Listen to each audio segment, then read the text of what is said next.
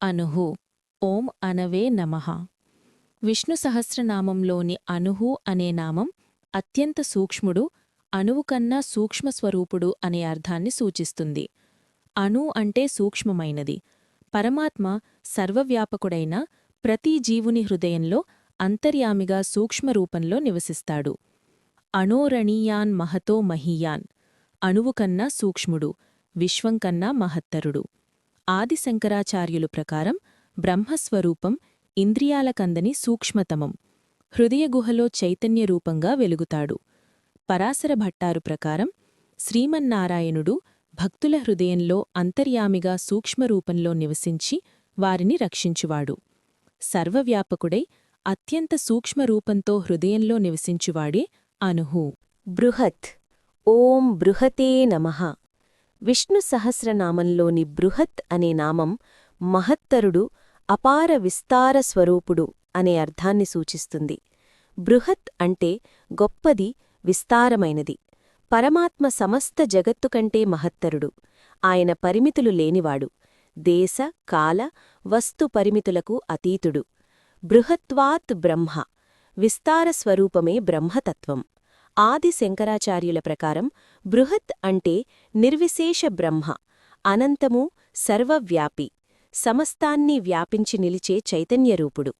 పరాశర భట్టారు ప్రకారం శ్రీమన్నారాయణుడు అపార కళ్యాణగుణనిధి, మహిమాన్వితుడు, లోకాలకు ఆధారభూతుడు, అపార విస్తార స్వరూపుడై సమస్తానికి ఆధారుడే బృహత్. కృశః. ఓం కృశాయ నమః. విష్ణు సహస్రనామంలోని కృశః అనే నామం సన్నగా ఉన్నవాడు, అత్యంత సూక్ష్మస్వరూపుడు అనే అర్థాన్ని సూచిస్తుంది. కృశ అంటే సన్నము, సూత్రమైనది. పరమాత్మ స్థూల రూపాలకు అతీతుడై సూక్ష్మతమ స్వరూపంగా అంతర్యామిగా నివసిస్తాడు. ఇంద్రియాలకు అందనంత సున్నితమైన చైతన్యరూపమే ఆయన స్వభావం. ఆది శంకరాచార్యులు ప్రకారం కృశః అంటే అత్యంత సూక్ష్ముడు, ఉపాధులన్నింటికీ అతీతమైన నిర్గుణ బ్రహ్మస్వరూపుడు, అవయవరహిత చైతన్యమే ఆయన. పరాశర భట్టారు ప్రకారం శ్రీమన్నారాయణుడు భక్తుల హృదయంలో సూక్ష్మరూపంగా ప్రవేశించి వారికి సులభంగా అనుభవయోగ్యుడవుతాడు. స్థూలతను అతిక్రమించి సూక్ష్మతమ స్వరూపుడై ఉన్నవాడే కృశః. స్థూలః. ఓం స్థూలాయ నమః. విష్ణు సహస్రనామంలోని స్థూలః అనే నామం స్థూలరూపుడై వ్యక్తమయ్యేవాడు అనే అర్థాన్ని సూచిస్తుంది. స్థూల అంటే గోచరమైనది, విస్తారరూపం. పరమాత్మ స్వరూపతః సూక్ష్ముడైన విశ్వరూపంగా ఈ జగత్తంతటినీ స్థూలరూపంగా ఆవరించి నిలుస్తాడు. పంచభౌతిక విశ్వమే ఆయన స్థూల ప్రకాశం. ఆదిశంకరాచార్యుల ప్రకారం స్థూలః అంటే విశ్వరూపధారి, ఉపాధుల ద్వారా స్థూల ప్రపంచంగా ప్రత్యక్షమయ్యే బ్రహ్మస్వరూపుడు. పరాశర భట్టారు ప్రకారం శ్రీమన్నారాయణుడు తన దివ్య మంగళ విగ్రహంతో భక్తులకు గోచరమవుతాడు. జగత్తంతా ఆయన శరీరభూతమే. విశ్వరూపంగా స్థూల ప్రపంచంలో వ్యక్తమయ్యే పరమాత్మని స్థూలః. గుణభృత్. ఓం గుణభృతే నమః. విష్ణు సహస్రనామంలోని గుణభృత్ అనే నామం గుణాలను ధరించువాడు, పోషించువాడు అనే అర్థాన్ని సూచిస్తుంది. గుణ అంటే సత్వ, రజస్, తమస్ అనే ప్రకృతి గుణాలు, భృత్ అంటే భరించువాడు, నిలబెట్టువాడు. పరమాత్మ ఈ మూడు గుణాల ఆధారుడు. జగత్తు ఈ గుణాల ద్వారా నడుస్తున్నా ఆయన వాటికి అతీతుడు. అయినప్పటికీ సృష్టి నిర్వహణార్థం వాటిని ఆధారంగా ఉంచుతాడు. ఆది శంకరాచార్యుల ప్రకారం గుణభృత్ అంటే మాయాగుణాలను ఆధారంగా ఉంచి జగత్తును నిర్వహించువాడు, కాని స్వరూపతః నిర్గుణ బ్రహ్మ. పరాశర భట్టారు ప్రకారం శ్రీమన్నారాయణులు కళ్యాణగుణనిధి. అనేక దివ్యగుణాలను స్వయంగా ధరించి భక్తులకు అనుగ్రహిస్తాడు. ప్రకృతి గుణాలకు ఆధారుడై దివ్యగుణసంపన్నుడే గుణభృత్. నిర్గుణః. ఓం నిర్గుణాయ నమః. విష్ణు సహస్రనామంలోని నిర్గుణః అనే నామం గుణరహితుడు, ప్రకృతి త్రిగుణాలకు అతీతుడు అనే అర్థాన్ని సూచిస్తుంది. నిర్ అంటే రహితము, గుణ అంటే సత్వరజస్తమస్. పరమాత్మ ఈ ప్రకృతి గుణాలకు లోబడడు. ఆయన స్వరూపం నిర్మల చైతన్యము. అయినప్పటికీ భక్తుల కోసం అనేక కళ్యాణ గుణాలతో వ్యక్తమవుతాడు. ఆది శంకరాచార్యులు ప్రకారం నిర్గుణః అంటే ఉపాధిరహిత బ్రహ్మస్వరూపం, త్రిగుణాతీతుడు, నిర్విశేష చైతన్యరూపుడు.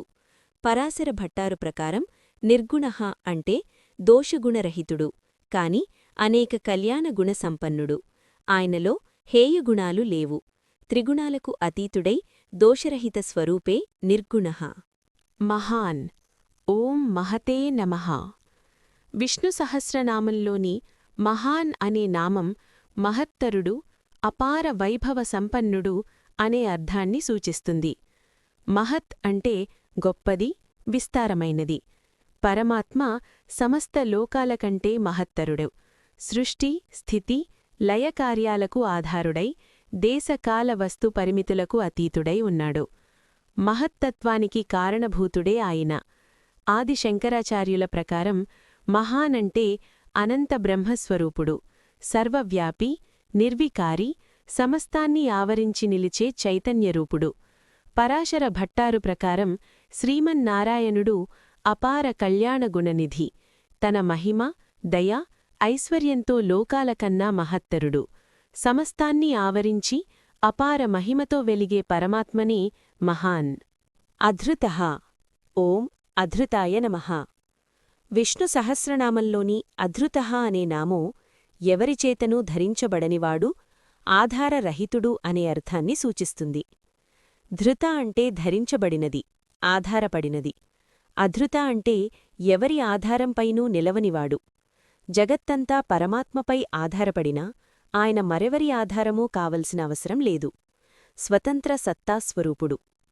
ఆది శంకరాచార్యుల ప్రకారం అధృతః అంటే స్వతఃసిద్ధ బ్రహ్మ. సమస్తానికి ఆధారమైనప్పటికీ తాను అనాధారుడు, ఇతర ఆధారం లేనివాడు. పరాశర భట్టారు ప్రకారం శ్రీమన్నారాయణుడు స్వతంత్రుడు, స్వాతంత్ర్య స్వరూపుడు. లోకాలకు ఆధారభూతుడైనా ఆయనకు ఎటువంటి బాహ్య ఆధారం లేదు. సమస్తానికి ఆధారుడై తాను అనాధారుడై నిలిచేవాడే అధృతః. స్వధృతః. ఓం స్వధృతాయ నమః. విష్ణు సహస్రనామంలోని స్వధృతః అనే నామం తనను తానే ధరించుకొని ఉన్నవాడు, స్వయం ప్రతిష్ఠితుడు అనే అర్థాన్ని సూచిస్తుంది. స్వ అంటే తానే, ధృత అంటే ధరించినవాడు. పరమాత్మ మరెవరి ఆధారంపైనూ నిలవడు. తన స్వశక్తితో, స్వస్వరూపంతోనే నిలిచి ఉంటాడు. జగత్తు ఆయనపై ఆధారపడినప్పటికీ ఆయన స్వాధార స్వరూపుడు. ఆదిశంకరాచార్యుల ప్రకారం స్వధృతః అంటే స్వతఃసిద్ధ బ్రహ్మస్వరూపుడు. తానే తనకు ఆధారం, ఇతర సహాయం అవసరం లేనివాడు. పరాశర భట్టారు ప్రకారం శ్రీమన్నారాయణుడు స్వాతంత్ర్య నిధి. తన సంకల్పమే తన స్థితికి ఆధారం. స్వయం ప్రతిష్ఠితుడై తనను తానే ధరించుకుని ఉన్నవాడే స్వధృతః. స్వాస్యః. ఓం స్వాస్యాయ నమః. విష్ణు సహస్రనామంలోని స్వాస్యః అనే నామం సుందరముఖుడు, శుభముఖ స్వరూపుడు అనే అర్థాన్ని సూచిస్తుంది. సు అంటే శోభనము అని అర్థం, ఆస్య అంటే ముఖము అని అర్థం. పరమాత్ముని దివ్య మంగళ విగ్రహంలో ముఖకాంతి అపారమైంది. ఆయన ముఖచంద్రుని దర్శనమే భక్తులకు ఆనందప్రదం. వేదమంత్రాలు ఆయన వదనము నుండే ఉద్భవించాయని భావన కూడా ఉంది.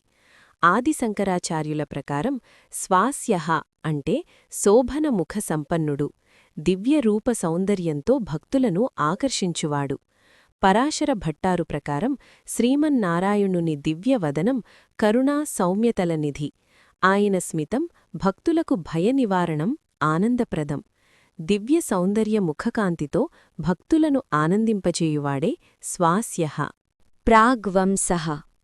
ఓం ప్రాగ్వంసాయ నమః.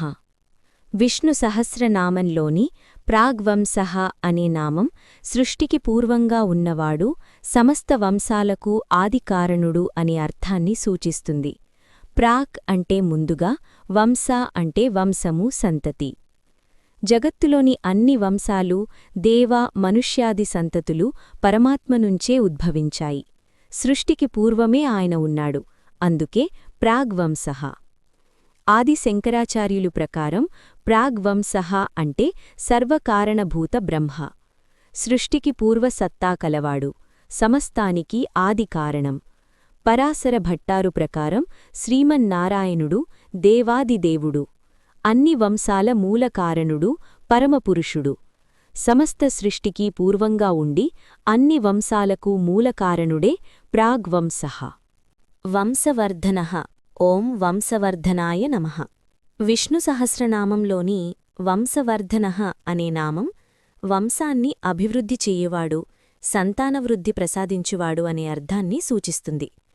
వంశ అంటే సంతతి, వర్ధన అంటే వృద్ధి చేయువాడు. పరమాత్మ సృష్టిక్రమంలో జీవసంతతిని కొనసాగింపజేస్తాడు. ధార్మిక వంశాలను రక్షించి అభివృద్ధి చేయువాడే వంశవర్ధనః. ఆది శంకరాచార్యులు ప్రకారం వంశవర్ధనః అంటే జగత్తులోని సంతాన ప్రవాహాన్ని కొనసాగింపజేసే సర్వనియంత. సృష్టి నిర్వహణలో ఆయన సంకల్పమే కారణం. పరాశర భట్టారు ప్రకారం శ్రీమన్నారాయణుడు భక్తుల వంశాభివృద్ధికి అనుగ్రహకర్త, ధర్మపరుల సంతతిని కాపాడి వృద్ధి చేయువాడు.